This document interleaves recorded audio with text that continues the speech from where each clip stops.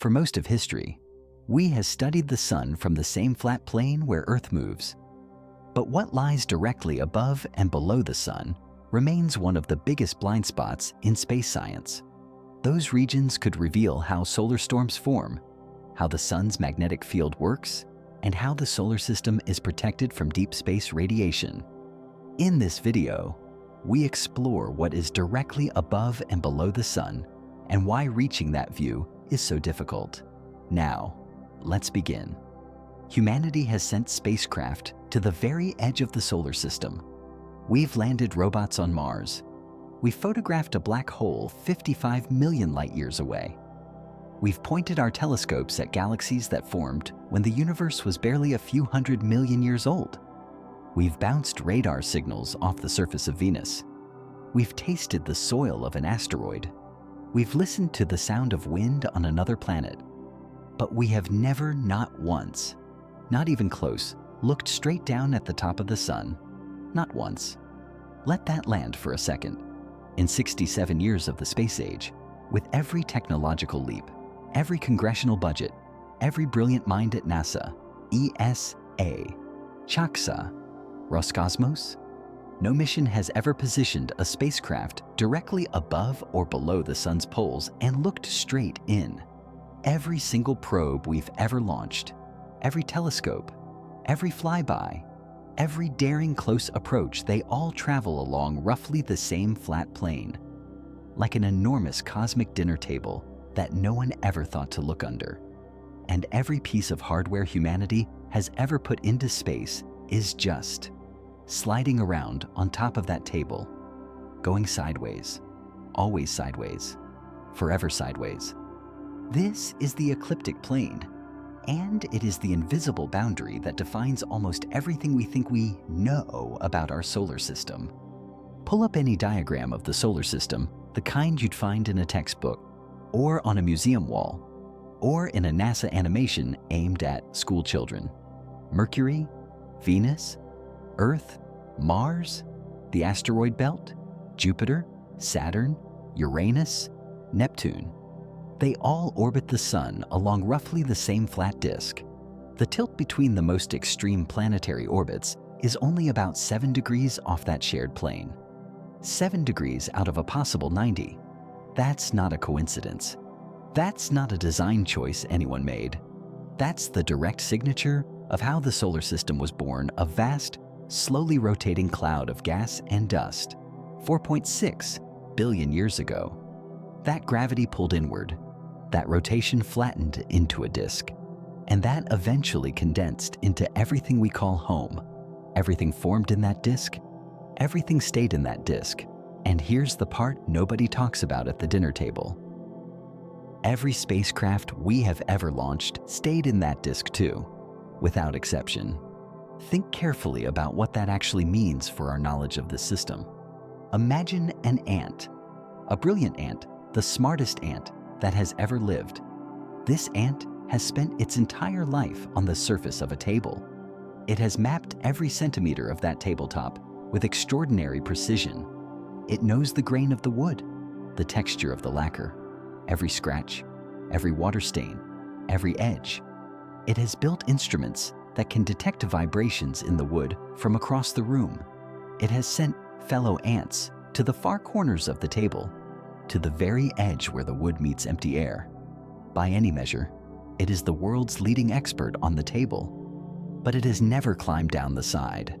It has never stood on the floor and looked up at the underside. It has no idea what the table looks like from below, from above, from the perspective of someone standing in the room rather than crawling across the surface. Its entire civilization of knowledge is two-dimensional, built entirely from a single plane of observation. That ant is us, and the table is the solar system. Every single piece of knowledge we have about this system.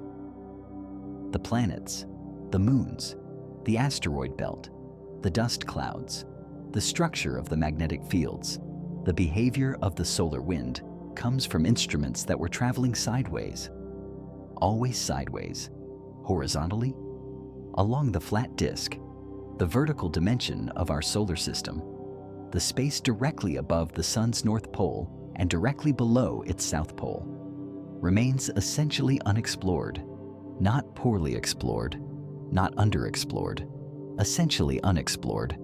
As in, we have sent exactly one mission that ever flew through the sun's polar regions, and that mission ended 15 years ago.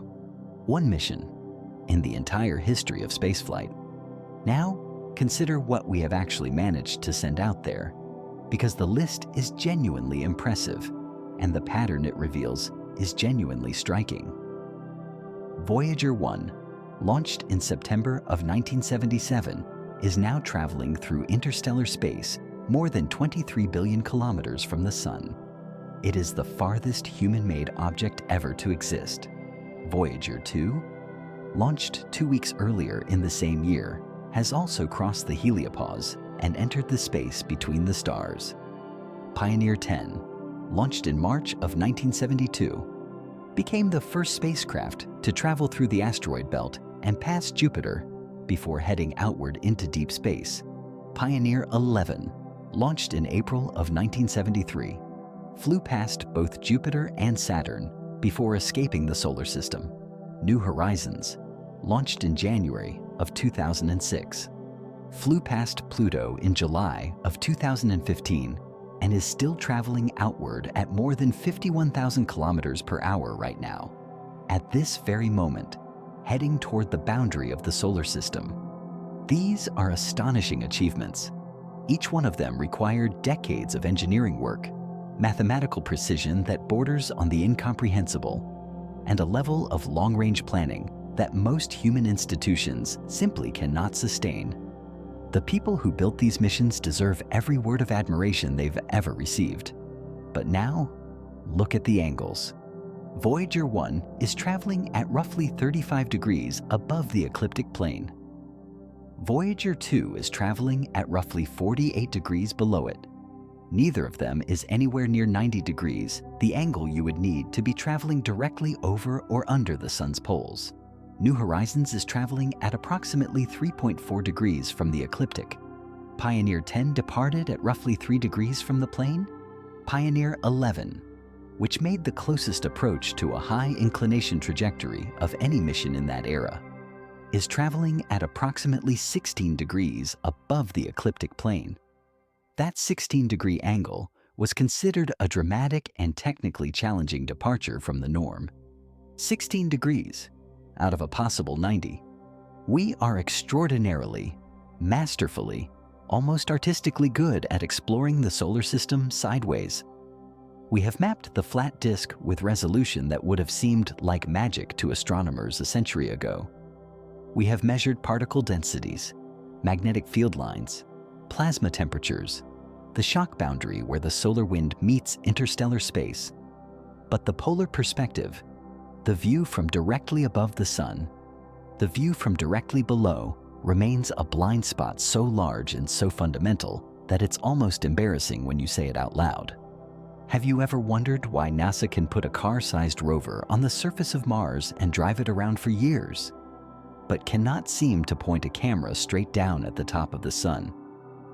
It sounds almost like negligence, doesn't it? Like someone forgot to put it on the list, like a simple oversight in an otherwise thorough exploration program. But that's not what's happening here.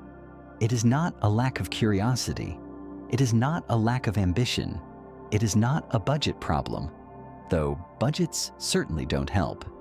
Physics itself is the one saying no loudly, repeatedly, and with absolute authority.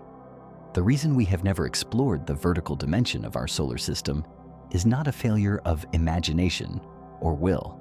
It is a trap built into the deepest laws of orbital mechanics, constructed 4.6 billion years ago at the exact moment the solar system first took shape, and every spacecraft we have ever launched has been caught in it before it even cleared the atmosphere. And the reason that trap exists comes down to a single number: a speed that Earth permanently locked into every object ever launched from its surface. A speed that makes going up in the solar system almost impossibly expensive. That's where this gets interesting. Earth is not sitting still. It never has been. not for a single second in 4.6 billion years. Right now, as you watch this, the planet beneath your feet is hurtling around the sun at approximately 107,000 kilometers per hour. That's roughly 66,600 miles per hour. Not per day, per hour. Earth has maintained this speed continuously, without pause, without deceleration, through every ice age and every mass extinction and every civilization humanity has ever built. The ground feels solid, the air feels calm, but the reality is that you are riding an enormous rock that is screaming through space at a speed that would take you from New York to Los Angeles in about 150 seconds. And here is what that means for every spacecraft that has ever launched from this planet. The moment a rocket clears the launch pad, it doesn't start from zero. It starts from 107,000 kilometers per hour. That velocity, that enormous, relentless, horizontal speed, is already embedded in the vehicle before the main engines even reach full thrust. You cannot opt out of it. You cannot leave it sitting on the launch pad. You cannot negotiate with it or work around it. Every kilogram of spacecraft, every sensor, every fuel tank, every bolt, all of it inherits Earth's full orbital velocity at the instant it leaves the ground. That speed belongs to the spacecraft now, whether the spacecraft wants it or not. In most situations, this inheritance is one of the greatest gifts in all of engineering. That built-in velocity is exactly what makes reaching other planets financially and physically possible. If you want to send a probe to Mars, you spend that velocity wisely. You time the launch so Earth's orbital motion lines up with Mars's position, and the spacecraft coasts most of the way there essentially for free. If you want to reach Jupiter, you use the same principle, adding a gravity assist along the way to amplify the effect. The entire architecture of solar system exploration, the transfer orbits, the launch windows that open only every few years, the elegant gravity assist trajectories that flung Voyager 2 past Jupiter, then Saturn, then Uranus, then Neptune. All of it is built on the foundation of Earth's orbital velocity. It is a free ticket worth 107,000 kilometers per hour, and the engineers who have learned to spend it are among the most talented humans alive. But there is exactly one direction in which that free ticket becomes a curse. One direction in which inherited velocity doesn't help, doesn't simplify, doesn't save money. One direction where every single kilometer per hour of Earth's orbital speed works directly against you. That direction is up. Not up from Earth's surface into orbit. That's a different problem entirely. Up from the ecliptic plane, perpendicular to Earth's orbit, toward the sun's north pole, or away toward its south pole. If you want to send a spacecraft in that direction, if you want to break out of the flat disk and travel vertically through the solar system, the 107,000 kilometers per hour of inherited velocity is not a gift. It is an anchor. It is a force that continuously pulls every trajectory back into the horizontal plane, that fights every attempt to redirect motion upward, that demands an enormous, almost prohibitive price before it will let anything escape the disk. Here is the clearest way to picture it. You are driving down a perfectly flat highway at 100 kilometers per hour. The road stretches out ahead of you, straight and level. Now imagine that you don't want to take the next exit. You don't want to slow down and turn. You want to go straight up vertically, immediately, like a rocket launching from the road surface, pointing at the sky at 90 degrees. What is the very first thing that physics requires of you? You have to stop the car. Completely. All of that horizontal speed, 100 kilometers per hour, has to be canceled, has to be brought to zero. Before you can redirect your motion upward, you cannot simply add upward thrust on top of your existing horizontal speed and expect to travel vertically. The horizontal momentum doesn't disappear because you want it to. It has to be actively, deliberately, expensively eliminated. That is precisely the situation every spacecraft faces when mission planners try to send it toward the sun's poles. All 107,000 kilometers per hour of orbital inheritance must be neutralized, not reduced, not partially offset, but canceled before the spacecraft's trajectory can point perpendicular to the ecliptic. And during the entire time it takes to do that cancellation, the spacecraft is fighting gravity, fighting inertia, burning fuel at a rate that quickly makes the whole enterprise seem borderline insane. This is why every orbit in the solar system is flat and lazy and horizontal. It is not an accident of history. It is not a failure of vision. It is the path of absolute minimum energy. Staying in the ecliptic plane costs nothing extra. The velocity already exists. Gravity maintains the curve, and a spacecraft can travel billions of kilometers on the momentum it inherited at birth. Traveling perpendicular to that plane costs everything. It requires fighting the most deeply embedded momentum in the entire solar system, starting from the very first second after launch. So how much does it actually cost? What is the real number? The delta V required to cancel Earth's orbital velocity and send a spacecraft on a polar trajectory toward the sun. Take a moment and guess. Think about the most powerful rockets ever built.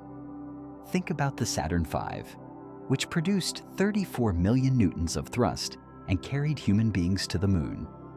Think about the Space Launch System, the most powerful rocket currently flying. Think about whatever image comes to mind when you try to picture the absolute maximum of what human propulsion technology can achieve.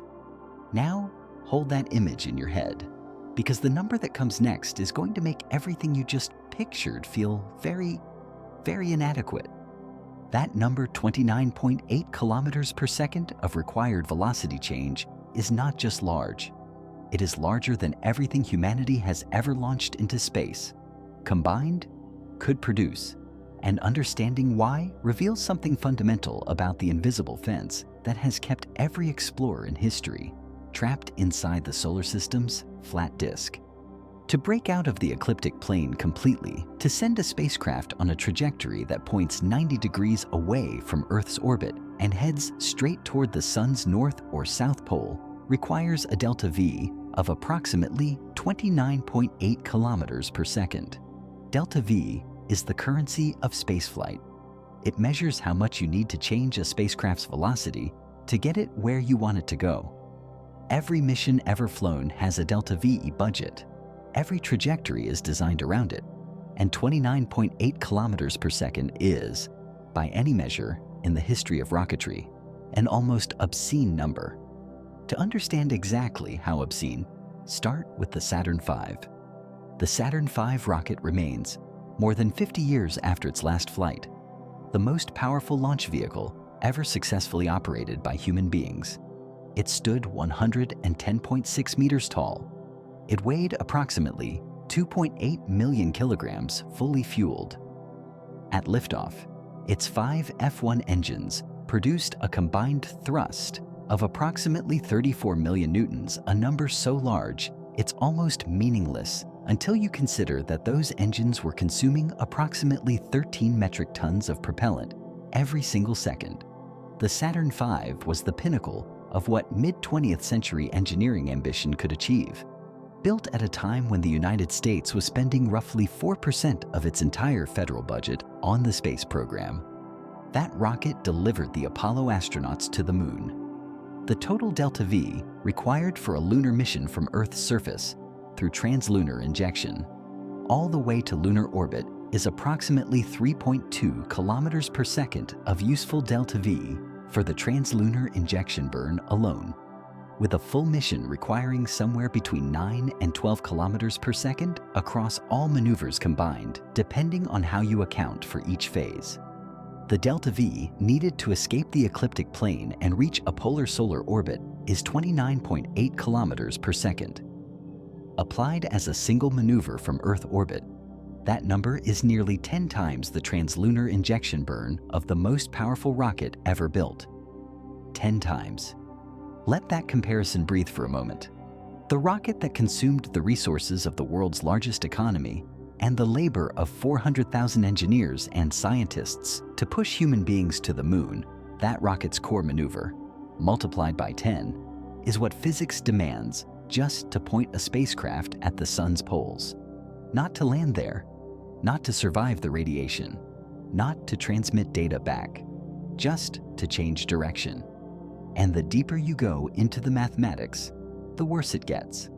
The relationship between delta V and propellant mass is governed by what engineers call the Tsiolkovsky rocket equation, named after the Russian mathematician Konstantin Tsiolkovsky, who derived it in 1897.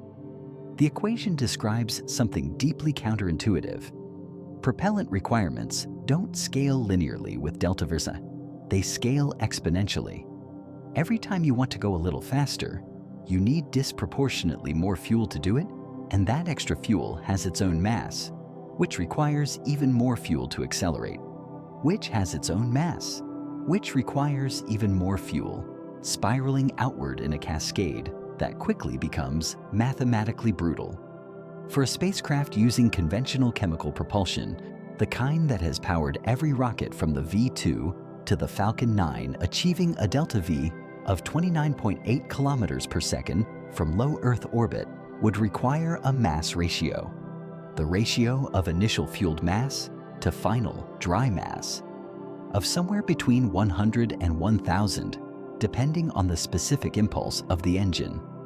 In plain language, for every kilogram of useful spacecraft that arrives at its destination, you would need somewhere between 100 and 1,000 kilograms of propellant at departure. A spacecraft the size of a washing machine would require a fuel load the size of a small office building. A spacecraft carrying actual scientific instruments, power systems, communication arrays, and redundant hardware would need a propellant mass that no rocket ever built could lift off the ground. It's not that the engineering is difficult, it's that the engineering, by current means, is essentially impossible. Picture it this way. You have a car. It's a good car, well engineered, reliable, designed for highway travel. Now someone tells you the road ahead ends at a cliff face that goes straight up, 90 degrees vertical, and you need to drive up it. Not up a steep hill, not up a ramp, straight up, like the wall of a building. The car was never designed for that. The tires weren't built for vertical surfaces. The engine can't produce the kind of force required to fight gravity in that direction. You could modify the car, add boosters, strap rockets to it, but at some point, the modifications become so extensive that you're no longer driving a car. You've built a completely different machine to solve a completely different problem. That's roughly where solar polar exploration sits with current propulsion technology. If energy is the problem, and it clearly, emphatically, is, then the obvious next question is whether there's a smarter way to spend it. Maybe instead of brute forcing the trajectory change from Earth orbit, you use the sun itself. Let the sun's gravity do the work. Swing the spacecraft inward toward the sun. Let the enormous gravitational field curve the trajectory and ride that curve up toward the poles.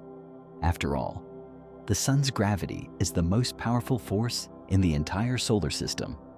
If anything can redirect a spacecraft cheaply, surely that's it. That's a genuinely reasonable thought. It sounds elegant. It sounds like exactly the kind of clever gravitational judo that mission designers love to use. And it leads directly into one of the strangest paradoxes in all of orbital mechanics. Because it turns out the sun doesn't help you, it makes everything worse. The closer you fly to the sun, the faster you move. That's not intuition, that's Kepler's second law, one of the most fundamental principles of orbital mechanics, confirmed by centuries of observation and calculation. Mercury, the innermost planet, orbits the sun at approximately 47 kilometers per second. Earth orbits at 29.8 kilometers per second. Jupiter, far out in the cold, orbits at only 13 kilometers per second. The pattern is absolute proximity to the sun means speed, and speed means the orbital plane has an even stronger grip on your trajectory. This is the paradox. The closer a spacecraft gets to the sun, the more it uses solar gravity to build up speed, the harder it becomes to escape the ecliptic plane. The sun's gravity pulls toward the center, always toward the center. It does not distinguish between horizontal and vertical motion. It does not care which direction you want to go. It simply pulls inward, and as a spacecraft falls deeper into the sun's gravitational well, it accelerates horizontally, which means it needs even more delta V to redirect that acceleration vertically.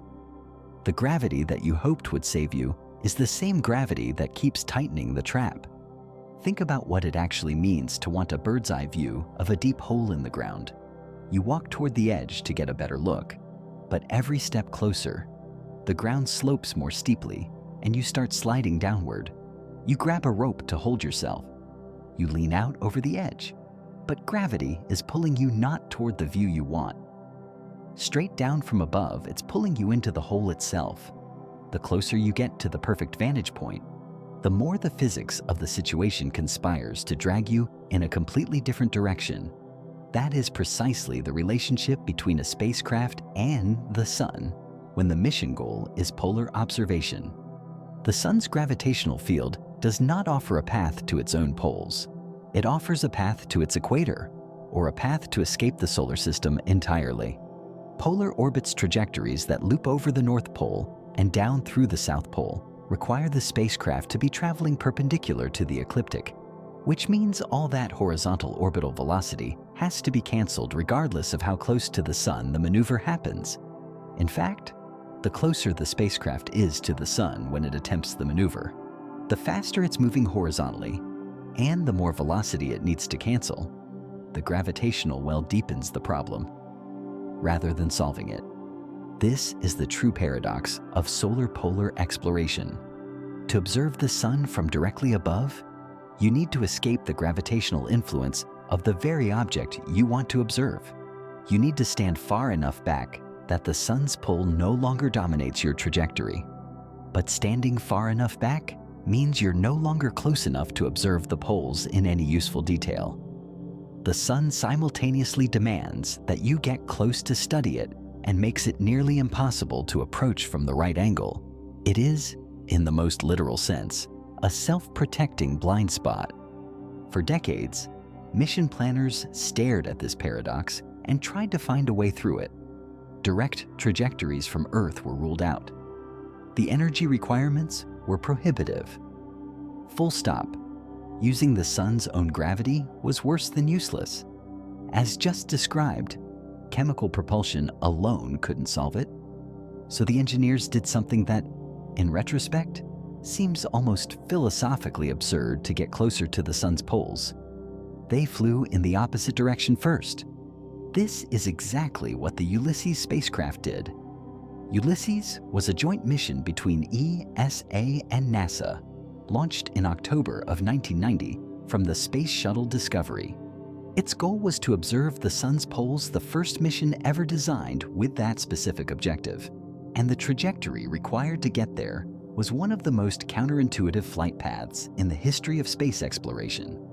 Rather than pointing the spacecraft anywhere near the sun at launch, mission designers sent Ulysses in the opposite direction. Out, away from the sun, past Mars, across the asteroid belt, all the way to Jupiter.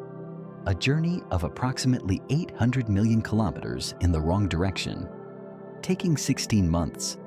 Not because Jupiter was the destination. Jupiter was a tool. At Jupiter, Ulysses performed a gravity assist maneuver. Using the planet's enormous gravitational field, Jupiter is more than 300 times the mass of Earth to swing the spacecraft's trajectory by approximately 80 degrees out of the ecliptic plane. Jupiter effectively did what no rocket could afford to do. It redirected the spacecraft's momentum without burning a drop of extra propellant. The spacecraft looped around Jupiter's south pole, and the gravitational interaction flung it back toward the inner solar system on a trajectory steeply inclined to the ecliptic.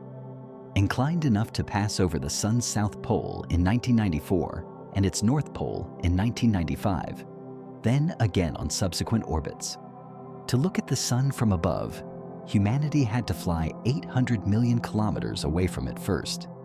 That is not a poetic exaggeration. That is the actual mission architecture. The only spacecraft that has ever observed the sun's polar regions had to travel to the outermost reaches of the inner solar system, borrow angular momentum from the largest planet in existence, and use that borrowed momentum to redirect itself toward a target it could never have reached by flying directly there.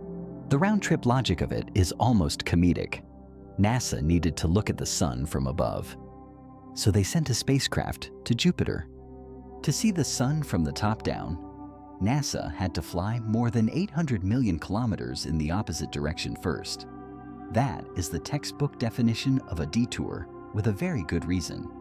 Ulysses operated for over 18 years, far outlasting its original design lifetime, before its mission was officially ended in June of 2009.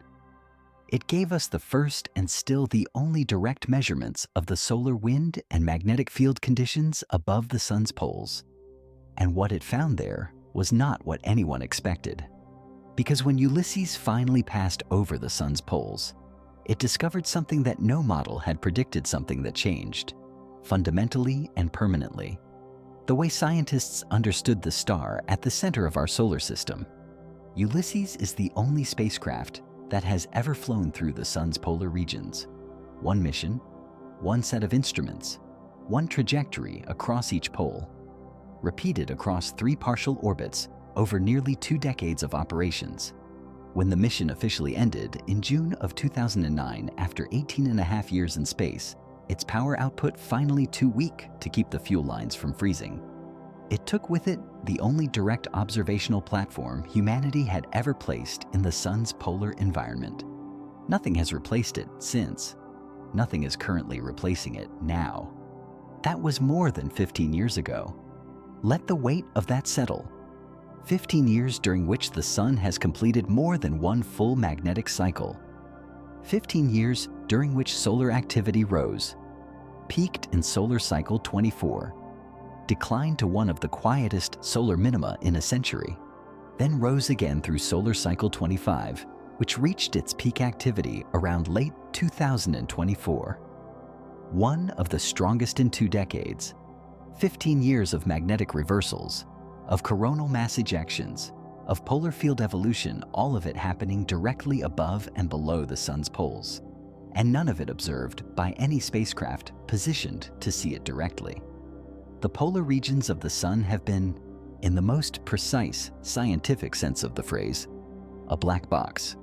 What Ulysses did manage to find before it went silent was striking enough to make the data gap that followed feel genuinely alarming. The solar wind above the poles is fundamentally different from the solar wind that Earth sits in. At Earth's distance from the sun, traveling through the ecliptic plane, the solar wind arrives at roughly 400 kilometers per second, a continuous stream of charged particles, mostly protons and electrons, flowing outward from the solar corona.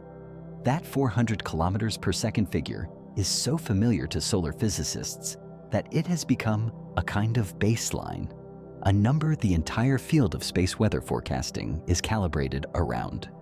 Above the poles, Ulysses measured something else entirely.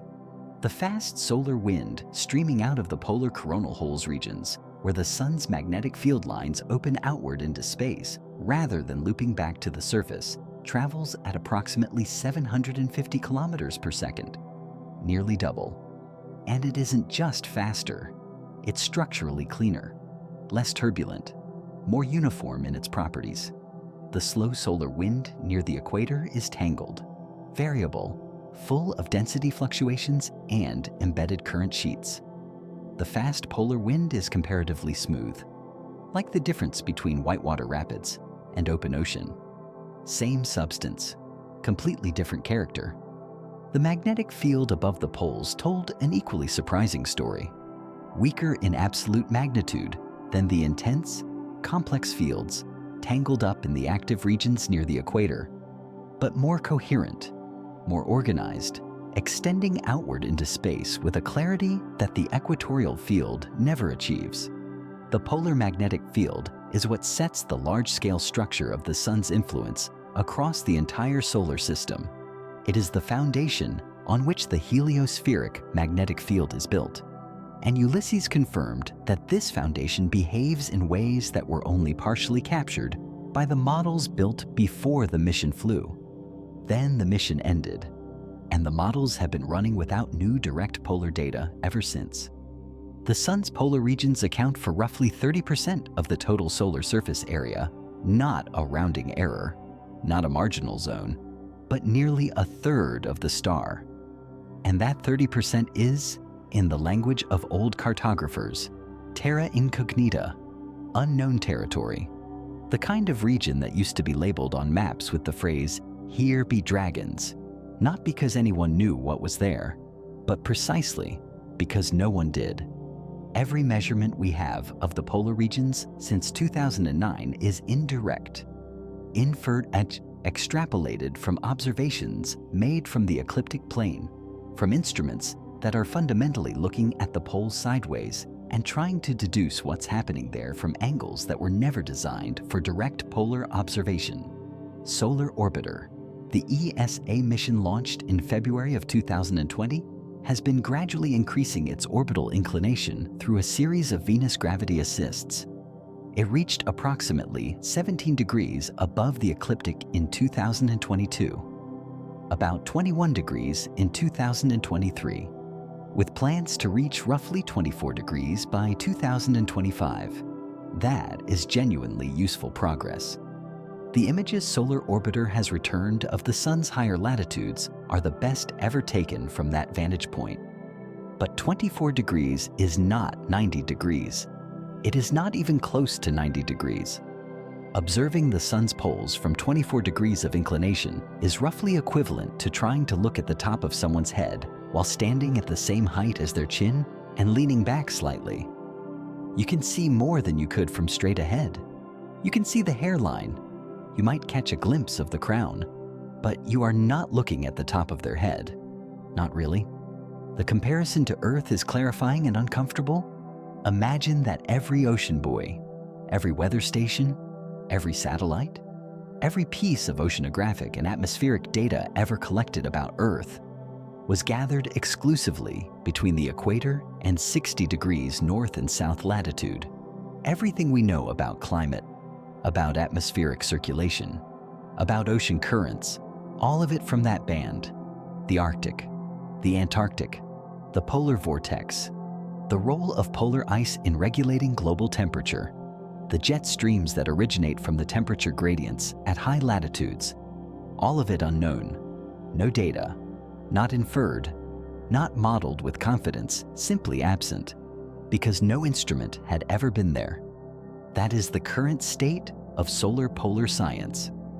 And unlike the Earth analogy, where polar expeditions are expensive but physically straightforward, the solar version involves the orbital mechanics trap described in the previous parts of this story, which means the data gap is not closing quickly, and the reasons it exists are not going away on their own. Do you think that matters? Or is this just an academic gap? The kind of missing data that fills out a textbook chapter but doesn't affect anything real, anything you'd actually care about. The kind of scientific incompleteness that exists everywhere and means relatively little outside specialist journals. The answer, and this is not an exaggeration built for dramatic effect, but a straightforward description of what solar physicists actually believe based on the data they do have, is that the sun's polar regions are the single most important unmonitored zone in the entire solar system for predicting the space weather events that affect satellite networks, power grids, GPS systems, and communication infrastructure on which modern civilization runs every single day. The polar regions are not a footnote. They are not a curiosity. They are, in a very real operational sense, the control room for everything the sun does to the rest of the solar system. Because the sun's polar regions are not just a distant geographic point on a star. They are the master switch for the space weather that governs your entire planet. The sun's magnetic field does not stay at the sun. That is the first thing to understand, and it changes everything about why the polar regions matter so much. Deep inside the sun, a dynamo process driven by the churning of electrically charged plasma generates a magnetic field of staggering scale. That field threads outward through the corona, out past the planets, past the asteroid belt, past Jupiter and Saturn and Neptune, all the way to the boundary where the solar wind finally loses its battle against the pressure of interstellar space.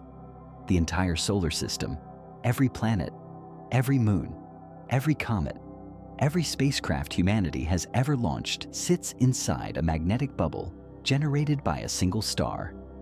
And that bubble's structure, its shape, its behavior, its ability to protect everything inside it is determined in large part by what happens at the sun's two poles.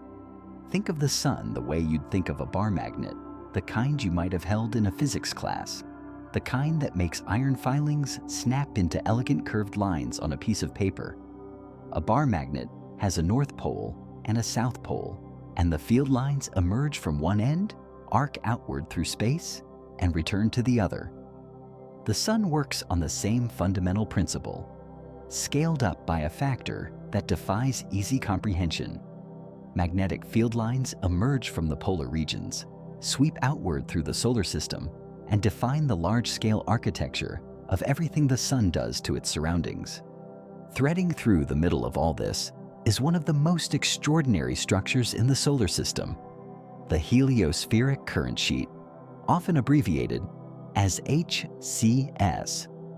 Picture a sheet of paper, an enormous, impossibly thin sheet that extends outward from the sun in every direction, all the way to the edge of the heliosphere. Now crumple that sheet slightly, give it a gentle wave, and set it spinning. What you get is something that solar physicists sometimes call the ballerina skirt, a vast, rippling, rotating electromagnetic membrane that separates regions of outward-pointing magnetic field from regions of inward-pointing magnetic field. It wraps around the ecliptic plane and extends for billions of kilometers in every direction. The heliospheric current sheet is not a minor feature. It is the backbone of the interplanetary magnetic environment. Every planet crosses it periodically as the sun rotates. Every time Earth passes through it, the balance of incoming solar wind particles shifts. It modulates cosmic ray flux. It influences how energetic particles from solar flares propagate through the inner solar system. And its shape, how many times it ripples, how steeply it tilts, how far its waves extend above and below the ecliptic is controlled directly by the configuration of the magnetic field at the sun's poles. When the poles are strongly magnetized and cleanly organized, the current sheet lies relatively flat near the equatorial plane. When the polar fields weaken and grow disordered as they do during solar maximum, when the sun's 11-year magnetic cycle approaches its peak and the polar fields are in the process of reversing completely, the current sheet becomes more warped, more tilted, more complex. The entire interplanetary magnetic environment becomes more turbulent, more variable, more capable of delivering intense geomagnetic storms to planets like Earth. The sun's magnetic poles reverse on approximately an 11-year cycle. North becomes south, south becomes north. The reversal doesn't happen all at once. It's a gradual, asymmetric process that takes months or years to complete, with the two poles often reversing at different times. During the reversal, the polar magnetic fields pass through near-zero strength before rebuilding in the opposite polarity. And during that period of polar weakness, the sun's large-scale magnetic architecture essentially rebuilds itself from scratch. The heliospheric current sheet restructures. The fast solar wind from the polar coronal holes weakens and shifts. The magnetic shield that normally deflects a significant fraction of incoming galactic cosmic rays becomes less effective. This cycle of polar reversal does not happen in a laboratory. It happens above and below the sun's poles, the exact region where humanity has no operational spacecraft, no direct measurements, no real-time monitoring of any kind. Now, Consider what that means in practical terms. In September of 1859, a solar event known as the Carrington event struck Earth, a massive coronal mass ejection associated with one of the largest solar flares ever recorded, sent a wave of magnetized plasma slamming into Earth's magnetic field with enough force to induce electrical currents in telegraph wires across North America and Europe. Operators reported receiving electrical shocks. Some telegraph systems continued operating even after being disconnected from their power sources, running entirely on the induced current from the geomagnetic storm. The aurora was visible as far south as Cuba and Hawaii. In 1859, the most sophisticated electrical infrastructure on Earth was the telegraph network. The total economic damage, by modern estimates, was manageable.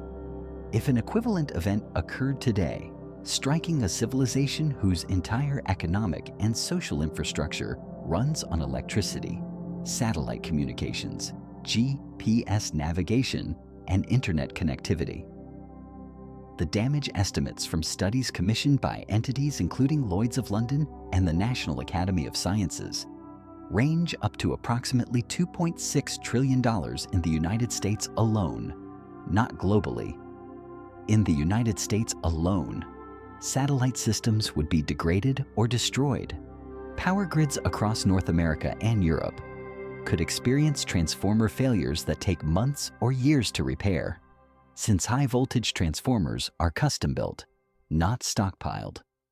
GPS systems that coordinate everything from financial transactions to air traffic control would be unreliable for days or weeks. Space weather forecasting exists precisely to prevent this. NOAA's Space Weather Prediction Center issues forecasts, watches, and warnings for geomagnetic storms, solar radiation events, and radio blackouts. But the forecasting window for major space weather events is, at best, 1 to 3 days, and often far less for the fastest and most dangerous coronal mass ejections, which can travel from the Sun to Earth in as little as 14 to 17 hours. Accurate, extended space weather forecasting requires understanding where solar eruptions come from, what drives the magnetic instabilities that produce them, and how the Sun's large-scale magnetic field controls the propagation of those eruptions through the solar system, all of which traces back, inevitably, to the polar magnetic fields, the region we monitor least, the region whose behavior we understand with the least confidence, the region where our direct data runs out in June of 2009.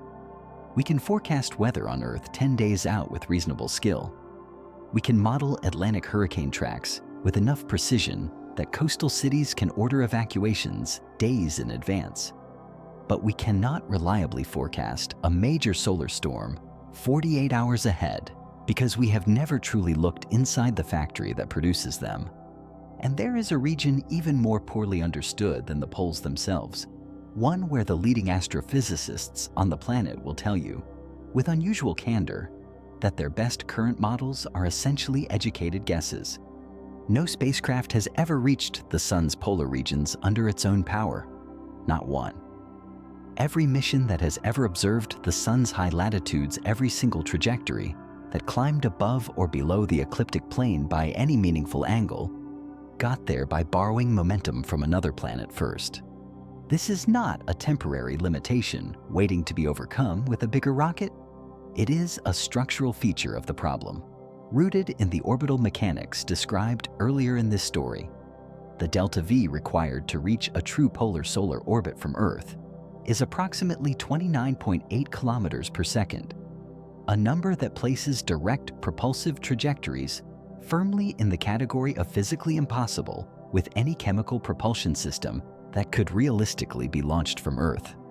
So engineers work around the constraint. They use the planets as slingshots. They calculate trajectories that swing spacecraft past massive bodies, harvesting gravitational energy that changes the spacecraft's speed and direction without consuming a gram of propellant. The technique is called gravity assist, sometimes called a gravitational slingshot or a swing-by maneuver. The principle is elegant in its simplicity. A spacecraft approaching a planet from the right angle and at the right speed will be accelerated by the planet's gravitational field as it falls toward the planet, whipped around in a curve, and then released in a new direction, traveling faster than it arrived and aimed somewhere it could never have reached by direct flight. The planet loses an infinitesimal amount of orbital energy in the exchange, an amount so small it is genuinely unmeasurable. The spacecraft gains enormously. No fuel burned, no propellant consumed, pure gravitational geometry. Ulysses used Jupiter, that 16-month journey to the largest planet in the solar system, flying 800 million kilometers in the direction opposite to the ultimate destination, was not a detour born of poor planning. It was the only option. Jupiter's gravitational field, produced by a planet 318 times the mass of Earth, was the only tool in the solar system powerful enough to redirect a spacecraft's trajectory by the roughly 80 degrees needed to send it on a high-latitude pass over the sun's poles. Without Jupiter, Ulysses had no path to its target. The mission would have been physically impossible. Solar Orbiter works on the same principle, but uses a different planet and a different strategy. Launched in February of 2020, Solar Orbiter is a joint ESA and NASA mission designed to observe the Sun at closer range and at higher latitudes than any previous spacecraft. But it cannot reach high latitudes quickly. Instead, it uses a series of Venus gravity assists, Venus flybys spaced years apart, to gradually tilt its orbital plane away from the ecliptic, degree by degree, orbit by orbit. Each Venus flyby costs months of travel time and yields only a modest gain in orbital inclination. By 2022, Solar Orbiter had reached approximately 17 degrees above the ecliptic. By 2023, approximately 21 degrees. The mission's current trajectory is expected to bring it to a maximum inclination of roughly 33 degrees above the ecliptic by around 2025, with the highest latitude observation windows occurring during that period. Some planning documents reference peak inclination of approximately 24 to 25 degrees relative to the solar equator during key science phases. 33 degrees. After 5 years of operations, multiple planetary gravity assists, and hundreds of millions of dollars in mission costs, Solar Orbiter will reach 33 degrees. That is a remarkable achievement by any engineering standard. The images it has already returned, including the closest photographs of the Sun ever taken, revealing tiny magnetic reconnection events dubbed campfires, erupting constantly across the solar surface, represent a genuine advance in solar science. But 33 degrees is not a polar observation. 90 degrees would be a polar observation. 33 degrees is an oblique view, a high-angle sidelong glance at a region that demands to be seen face-on. And here is the part of Solar Orbiter's mission profile that rarely gets mentioned in press releases. It will never reach the poles, not even close. The orbital mechanics of repeated Venus gravity assists have a ceiling, and that ceiling is well below the angle needed for true polar observation. Solar Orbiter will spend its operational lifetime looking at the Sun's polar regions from an angle. Like a person trying to read a book held above their head, they can make out some words, reconstruct some meaning, but they are never seeing the page the way it was meant to be read. Picture this. You need an aerial photograph straight down, perfectly vertical of the roof of a tall building. You have access to an aircraft, but the aircraft, for reasons of physics and fuel, can only fly at a maximum angle of 33 degrees relative to the horizontal. You can tilt the camera, you can angle the flight path, you can get a very good oblique view of the roof, enough to see significant detail, but you will never get the overhead shot. The geometry simply does not allow it. That is exactly where Solar Orbiter stands relative to the Sun's poles. And it is exactly where every currently operational or planned solar observation mission stands. Why not just launch a spacecraft straight upward, perpendicular to the ecliptic plane, right from the beginning. It sounds so obvious. Point the rocket at 90 degrees to Earth's orbit, fire the engines, and go. But that idea runs directly into the wall described in parts 2 and 3 of this story. The inherited orbital velocity of 107,000 kilometers per hour that every spacecraft carries from Earth, and the 29.8 kilometers per second of delta V required to cancel it. You already know why that doesn't work. But the sun's poles, it turns out, are not even the deepest mystery in this story. The thing scientists most urgently need, to see the structure that wraps around the entire solar system and whose shape we have never truly confirmed, is something far larger and far stranger than a pair of polar regions. The heliosphere is the structure that makes life in this solar system possible. Not the sun's warmth, not Earth's atmosphere, not the planet's magnetic field, though all of those matter enormously. The heliosphere is the first line of defense, the outermost layer of protection, the bubble of solar wind that pushes back against the constant bombardment of galactic cosmic rays streaming in from every direction in interstellar space. Without it, the radiation environment throughout the inner solar system would be dramatically more hostile. The surface of Mars would be worse. The surface of Earth would be worse. Long-duration spaceflight would be far more dangerous than it already is. The heliosphere is created by the solar wind itself. As the sun continuously exhales, charged particles outward in every direction at hundreds of kilometers per second. That stream of plasma inflates a bubble in the local interstellar medium, the thin gas and magnetic field that fills the space between stars. The solar wind pushes outward. The interstellar medium pushes back. The boundary where those two pressures reach equilibrium is called the heliopause. Everything inside the heliopause is the heliosphere. Everything outside it is interstellar space. The scale of this structure is genuinely difficult to absorb. 1 astronomical unit. 1 astronomical unit. The average distance between Earth and the Sun is approximately 150 million kilometers. The heliosphere extends roughly 100 astronomical units in the direction facing the flow of interstellar wind, the direction the solar system is moving through the galaxy. In the opposite direction, trailing behind the solar system's galactic motion, current estimates suggest the heliosphere extends somewhere between 200 and 300 astronomical units, possibly forming an elongated tail. Though, as this part of the story will make clear, the actual shape of that trailing region is one of the most contested questions in modern solar physics. The total structure, at its widest, spans a distance that light takes more than 40 hours to cross. Every planet in the solar system sits inside this bubble. Earth, with all its life and civilization and infrastructure, sits at just 1 astronomical unit deep inside the heliosphere's protective volume. The heliosphere absorbs and deflects a significant fraction of the high-energy galactic cosmic rays that would otherwise penetrate the inner solar system. It does not block all of them. Some get through, and cosmic ray exposure is a real concern for long-duration space missions, but it reduces the flux substantially compared to what the bare interstellar environment would deliver. Now for the fact that changes how you think about everything above. We have never seen the heliosphere from the outside, not once.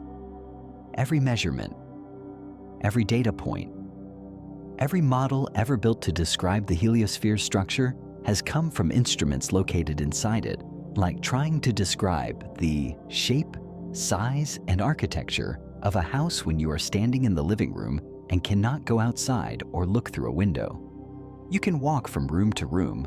You can measure the dimensions of individual spaces. You can feel the temperature gradients and listen to what's happening in the walls. But you cannot see the house. You cannot know what it looks like from the street. Voyager 1 crossed the heliopause, the outer boundary of the heliosphere, in August of 2012, becoming the first human-made object to enter interstellar space. Voyager 2 followed in November of 2018. both crossings were genuinely historic moments, and the data they returned confirmed that the heliopause is a real, measurable boundary with distinct plasma and magnetic field properties on either side. But Voyager 1 crossed the heliopause at a distance of approximately 121 astronomical units from the Sun, at roughly 35 degrees above the ecliptic plane.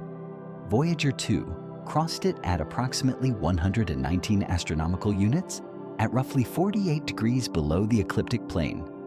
2 data points, 2 crossing distances, at 2 specific locations on the heliosphere's boundary surface, both located in roughly the same general hemisphere of the structure, both traveling in directions not far from the ecliptic plane. From those 2 data points alone, describing the overall shape of the heliosphere is like measuring the coastline of the entire United States by taking depth soundings at 2 locations on the Atlantic seaboard and calling it a map. The data is real and valuable. The picture it provides of the whole is radically incomplete. Neither Voyager has ever been above or below the heliosphere, looking down at it. Neither has any other spacecraft. There is no external vantage point. The polar regions of the heliosphere, the parts directly above the Sun's poles, the parts that would be visible from the one angle this entire story has been building toward, have never been sampled by any instrument ever built. Understanding the heliosphere's true shape matters far beyond academic curiosity. The shape determines how effectively it shields the inner solar system from galactic cosmic rays.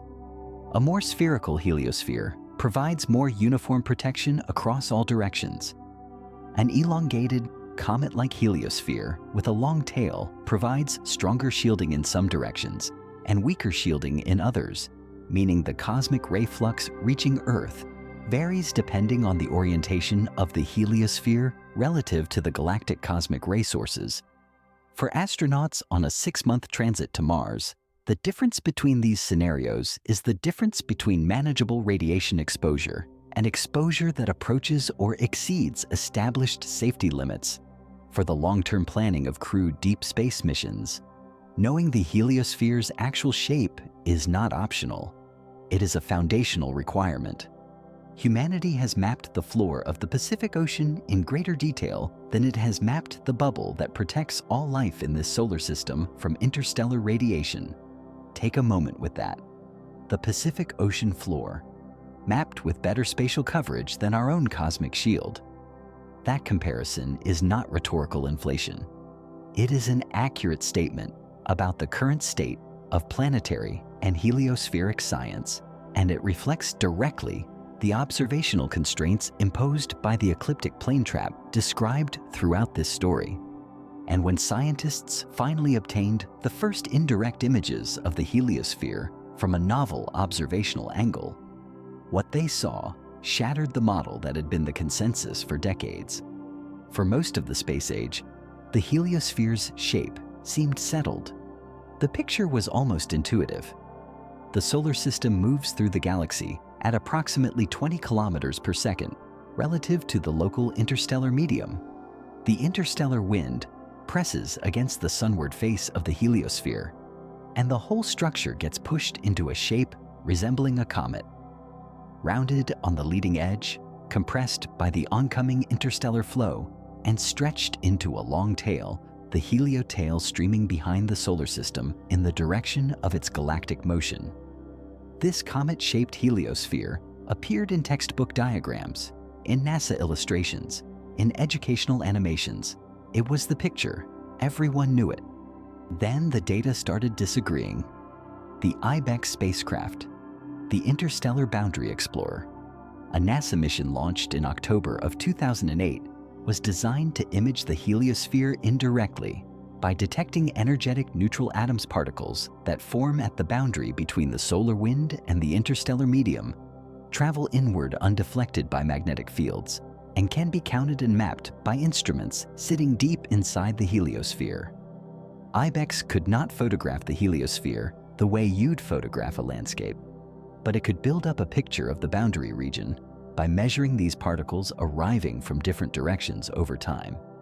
What IBEX found did not match the comet model, In 2017, a team of researchers published an analysis of IBEX data alongside computer modeling that proposed a radically different shape one with no extended tail at all. Instead of a comet, the new model suggested a shape more like a croissant, or technically, a crescent when viewed in cross-section, with two large lobes extending to either side rather than one long tail streaming behind. Some versions of the model described the heliosphere as nearly spherical, far more compact than anyone had assumed. The tail, if it existed at all in the way the comet model described, was dramatically shorter and differently structured than decades of consensus had held. This was not a minor revision. The comet model had been the foundational picture for roughly 50 years. Replacing it with a croissant or near sphere was, in the language of science, a significant paradigm shift, the kind that forces a re-examination of assumptions built into dozens of other models and calculations. The debate did not resolve cleanly. By 2024, the picture had grown more complicated rather than less. Studies combining data from IBEX, from the Cassini spacecraft's detection of energetic neutral atoms before its mission ended in 2017, and from solar orbiter observations, continued to generate competing models. Some research groups maintained that the heliotail exists, but is structured differently than originally imagined, perhaps shaped like a four-leaf clover in cross-section, with alternating lobes of fast and slow solar wind. Others argued for the near-spherical interpretation. Some proposed a crescent shape, specifically in the tail region, formed by the interaction of fast polar solar wind with the interstellar flow. All of these models are consistent with subsets of the available data. None of them is definitively confirmed or ruled out. The reason the debate persists, the reason it has been running for years without resolution, is not a shortage of mathematical sophistication. The researchers involved are among the best computational physicists working in solar science. The reason is a shortage of the one thing that would settle the question: an observation from outside the heliosphere, or from high enough above the ecliptic plane to see the full structure without the distortion of viewing it from inside and from the side simultaneously. The parable that maps most precisely onto this situation involves 5 blind men and an elephant. Each man touches a different part of the animal. One feels the trunk and concludes the elephant is like a large snake. One feels the leg and decides it's like a tree trunk. One feels the side and describes a wall. One feels the ear and says it's like a large fan. One feels the tail and argues it's like a rope. Every description is accurate. Every description is based on real, direct measurement. And every description is so incomplete that the assembled picture is almost useless for understanding what an elephant actually is. That is the heliosphere problem in exact miniature. Voyager 1 sampled one point on the boundary at 35 degrees above the ecliptic. Voyager 2 sampled one point at 48 degrees below. IBEX built up indirect images from inside the structure at 1 astronomical unit. Cassini contributed additional neutral atom data from Saturn's distance at roughly 10 astronomical units. Still inside, still in the ecliptic plane, every data set is real. Every measurement is legitimate. The assembled picture changes depending on which measurements you weight most heavily, which theoretical assumptions you layer on top, and which aspects of the boundary physics you treat as settled versus uncertain. Nobody is working from a view from outside. Nobody is working from above.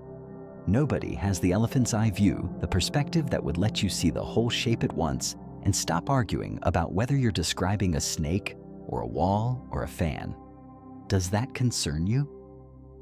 Sitting inside a structure whose true shape, size, and protective capacity remain genuinely unknown. A structure that is the only thing standing between the solar system's inner planets and the full intensity of galactic cosmic radiation, does not knowing its shape feel like an acceptable gap in human knowledge? Or does it feel like the kind of thing that probably should have been resolved before we started planning crewed missions beyond Earth's magnetic field? And the science is working toward resolution through two proposals so bold they sound like fiction, but both of which are currently sitting in real mission planning documents at NASA and ESA. The Oberth effect is one of those physical principles that sounds wrong the first time you hear it, then sounds obvious the second time, then sounds almost magical the third time when you grasp its full implications. The principle is this: a rocket burn performed at maximum velocity at the lowest point of an orbit, the closest point to the gravitational body, the moment when the spacecraft is moving fastest, produces dramatically more useful energy than the same burn performed anywhere else along the trajectory. Not slightly more, dramatically more. The reason is rooted in the physics of kinetic energy. Kinetic energy scales with the square of velocity, not linearly with it. A spacecraft moving at 20 kilometers per second has 4 times the kinetic energy of a spacecraft moving at 10 kilometers per second. When a rocket engine fires and adds a fixed amount of velocity, say 3 kilometers per second, the increase in kinetic energy is far larger when that burn happens at 20 kilometers per second than when it happens at 5. The engine does the same amount of work either way. The spacecraft's speed increases by the same amount either way.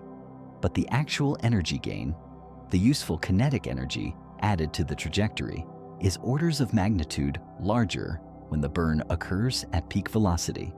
Hermann Oberth, the German physicist and rocket pioneer for whom the effect is named, described this relationship mathematically in the 1920s. For nearly a century, it has been a cornerstone of trajectory design, used in missions ranging from Voyager's planetary flybys to the maneuvers that insert spacecraft into planetary orbits. But applying it to the Sun using the Sun's own gravitational field to generate the highest possible periapsis velocity, then burning at that exact moment to achieve something no conventional mission could reach, is a different order of ambition entirely. The solar Oberth maneuver works like this. A spacecraft is placed on a trajectory that swings it extremely close to the Sun, not the distance of Parker Solar Probe's closest approach of approximately 8.5 solar radii above the solar surface, which is already a record, but closer still.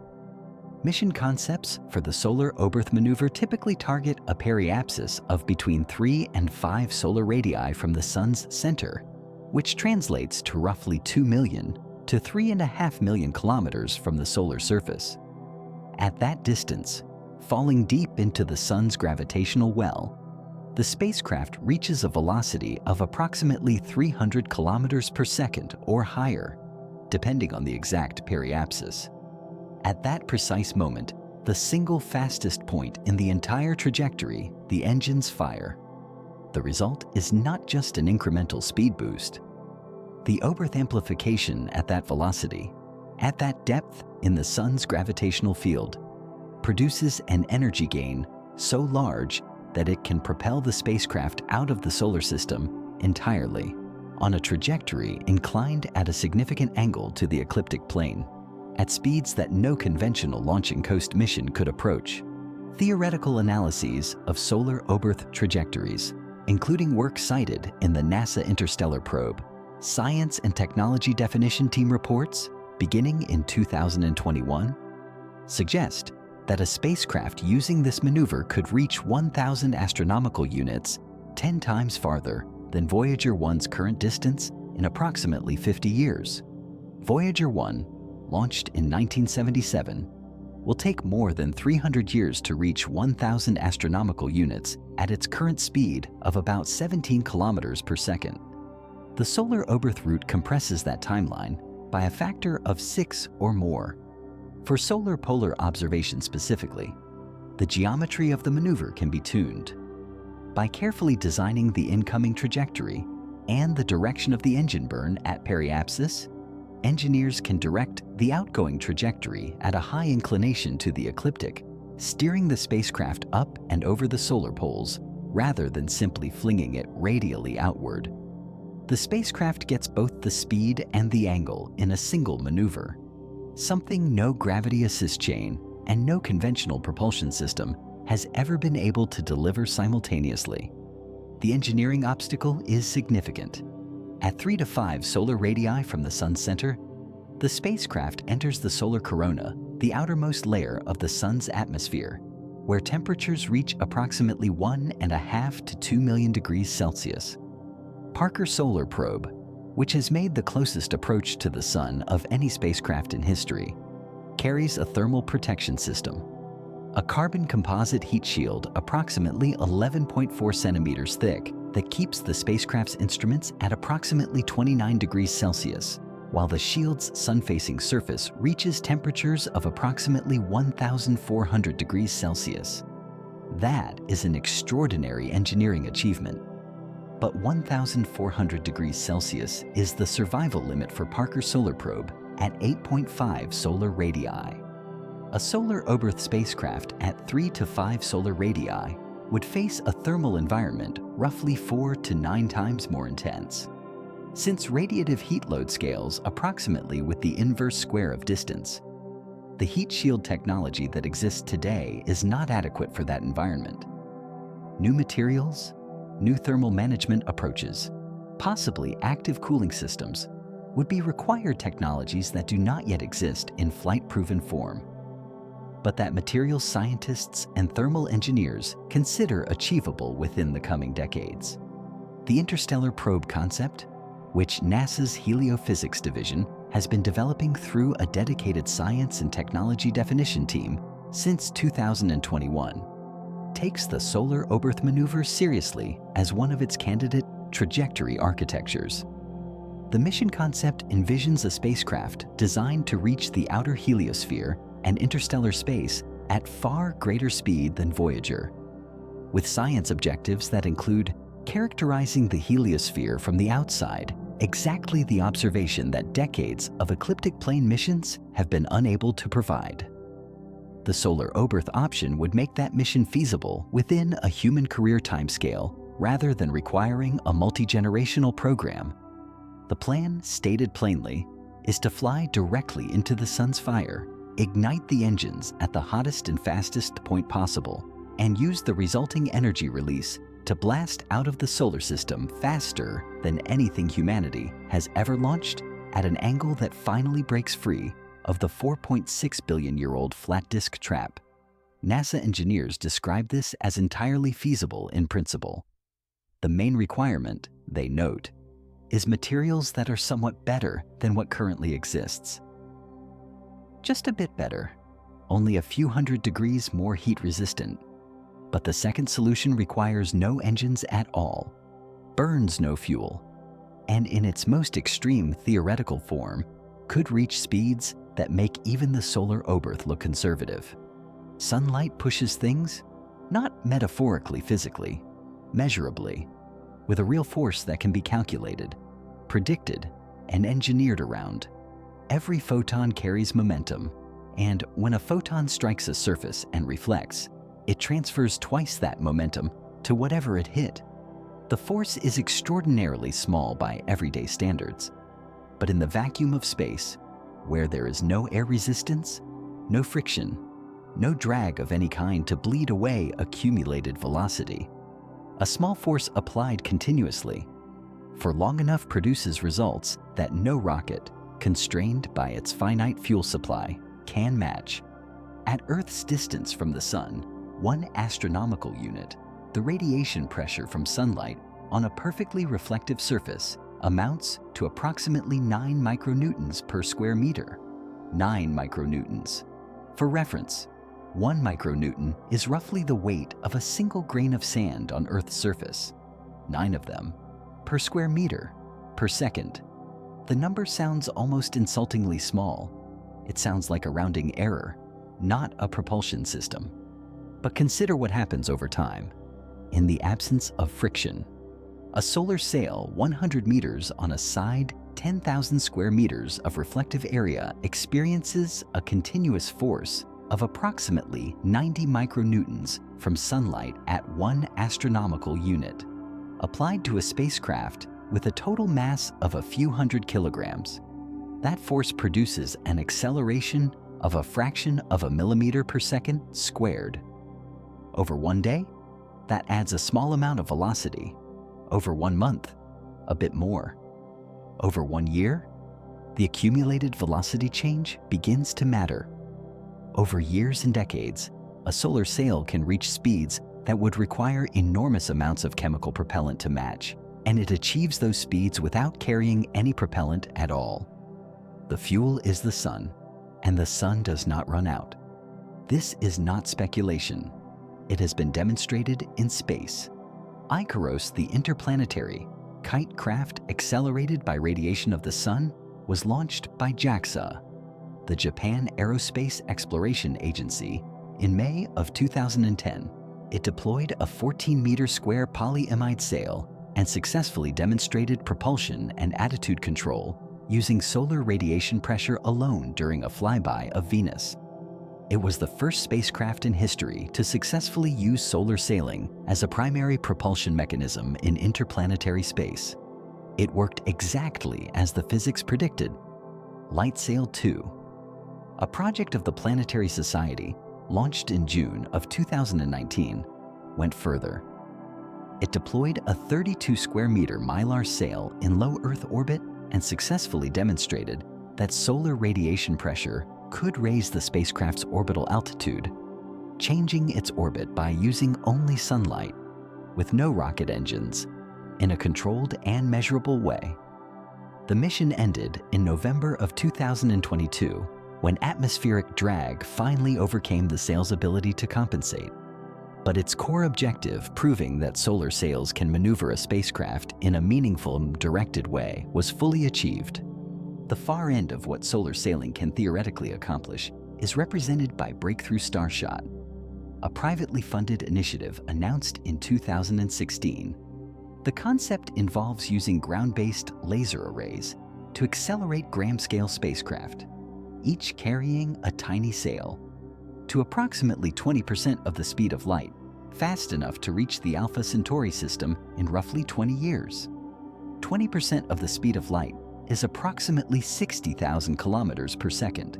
Voyager 1 currently travels at 17 kilometers per second. The ratio between those numbers is approximately 3,500 to 1. Breakthrough Starshot remains a long-term research program rather than an imminent mission. But it illustrates the outer boundary of what becomes possible when you remove the propellant constraint and replace it with photon pressure. For solar polar observation, the application of solar sail technology is more modest but genuinely promising. A solar sail spacecraft deployed in the inner solar system and oriented at a carefully calculated angle relative to the sun can generate a net force with a component directed out of the ecliptic plane. By continuously tilting the sail to maximize that out-of-plane force component, the spacecraft can gradually spiral upward or downward away from the ecliptic, accumulating inclination over months and years without consuming any propellant. The trajectory is slow compared to a rocket-powered direct injection, but it is not limited by propellant mass. A solar sail can keep pushing for as long as the sail material survives and the sun keeps shining. The combination of solar sail and solar oberth maneuver is a concept that has appeared in multiple mission architecture studies as a potentially powerful hybrid approach. The idea is to use a solar sail to bring the spacecraft to a very close solar periapsis, exploiting the fact that sunlight is more intense, closer to the sun, which means a sail actually accelerates faster as it approaches, building up speed for free before the oberth burn. Then, at the periapsis point, a chemical or electric propulsion burn exploits the oberth amplification to redirect the trajectory and send the spacecraft outward at high inclination and high speed. The sail does the approach work for free. The engine does the direction change at maximum efficiency. The result is potentially better than either method alone. So which approach do you find more compelling? The controlled violence of the solar oberth maneuver, diving into the corona and exploding outward on a river of fire, or the patient, silent geometry of a solar sail, riding light itself across the plane that has trapped every explorer for 67 years. Both are moving toward operational reality. The solar Oberth path is being actively studied in NASA's Interstellar Probe program. Solar sail technology is being advanced through a series of increasingly capable demonstration missions. They arrive at the same destination by entirely different routes, for entirely different reasons, on entirely different timescales. But when a spacecraft finally achieves that high latitude vantage point above the ecliptic, above the poles, looking down at the sun from an angle no instrument has ever occupied, it will not simply see a star. It will find itself inside an environment so different from everything measured before that it will effectively be exploring a new solar system. Zodiacal light is one of those phenomena that most people have never heard of. Yet it is present every clear night in a dark sky, a faint, diffuse pyramid of light stretching upward from the horizon along the ecliptic, visible in the west after sunset and in the east before sunrise. Ancient observers noticed it. Medieval astronomers puzzled over it. For centuries, its origin was debated. Now we know exactly what it is. Sunlight scattering off an enormous, diffuse cloud of interplanetary dust particles that fills the entire ecliptic plane, concentrated most densely in the inner solar system and thinning gradually outward toward Jupiter and beyond. The dust itself comes from two primary sources. Comets shedding material as they swing through the inner solar system leave trails of fine particles that gradually spread and circularize into the ecliptic plane over thousands of years.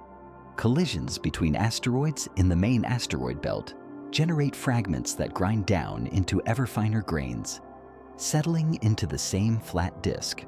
The result is a permanent, slowly replenished fog of microscopic particles, each one individually invisible, collectively forming a diffuse screen that fills the space between the planets with scattered light and scattered signal. For telescopes and instruments operating in the ecliptic plane, this dust is an ever-present contamination. It scatters sunlight in ways that interfere with observations of faint objects. It emits thermal infrared radiation that adds noise to any instrument trying to detect the faint heat signatures of distant galaxies, exoplanets, or interstellar structures. It creates what astronomers call a foreground problem, a bright, structured background that any observation from inside the ecliptic plane must somehow account for, subtract, or work around.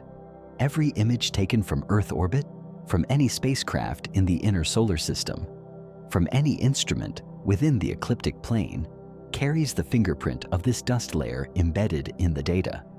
Now consider what happens when you climb out of it. A spacecraft positioned above the ecliptic plane, above the disk of dust that concentrates in the plane of the planets leaves that contaminating fog behind. The higher the inclination, the less zodiacal dust lies along the line of sight for any given observation. At 90 degrees to the ecliptic, looking outward toward the galaxy, a telescope sees the universe through the cleanest possible window available from within the solar system. No dust disk in the way, no zodiacal foreground to subtract, no scattered sunlight from a million tiny particles drifting between the observer and the target. Just space and the objects in it, and the faintest signals that the universe emits arriving unimpeded for the first time. The analogy is familiar to anyone who has driven into the mountains to escape city light pollution.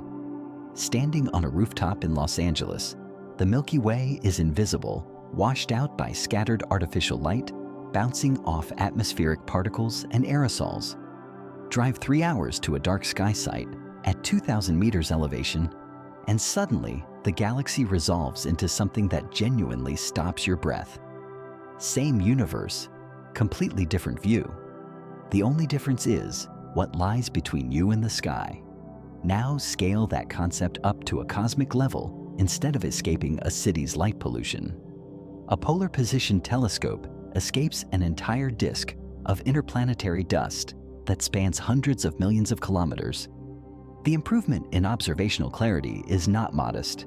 It is transformative.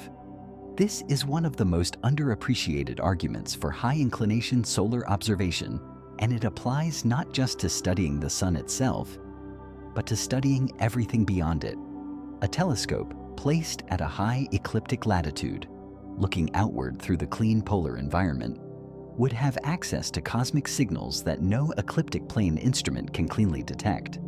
Faint infrared sources behind the zodiacal foreground, diffuse extragalactic emission that currently sits below the noise floor because the dust background overwhelms it. Cosmic microwave background measurements that could be improved by reducing the foreground contamination. The Polar Observation Platform is not just a solar science mission. It is potentially one of the cleanest astronomical observatories ever constructed, and it comes essentially for free as a byproduct of solving the polar trajectory problem. Parker Solar Probe represents the current frontier of how close any spacecraft has ever operated to the Sun. Launched in August of 2018, Parker has made a series of increasingly close approaches to the Sun using a sequence of Venus gravity assists to progressively lower its perihelion distance. In December of 2024, Parker Solar Probe achieved its closest approach to date approximately 6.1 million kilometers from the Sun's surface, which corresponds to approximately 13.9 solar radii from the Sun's center. At that distance, it was traveling at approximately 692,000 kilometers per hour, making it the fastest human-made object ever recorded. The thermal protection system kept the spacecraft's instruments operational, while the heat shield's sun-facing surface endured temperatures of approximately 1,400 degrees Celsius. Parker Solar Probe's achievements are extraordinary by any measure. Its data on the solar corona, the solar wind's acceleration region, and the fine structure of coronal magnetic fields has already rewritten significant portions of solar physics. But its orbital plane remains close to the ecliptic. Its perihelion passes give it unparalleled data on the Sun's equatorial corona, the slow solar wind near the ecliptic, the structure of coronal streamers at low latitudes, the polar regions, the coronal holes above the poles, the fast solar wind accelerating straight outward from the Sun's top and bottom, remain outside its field of view in any direct sense.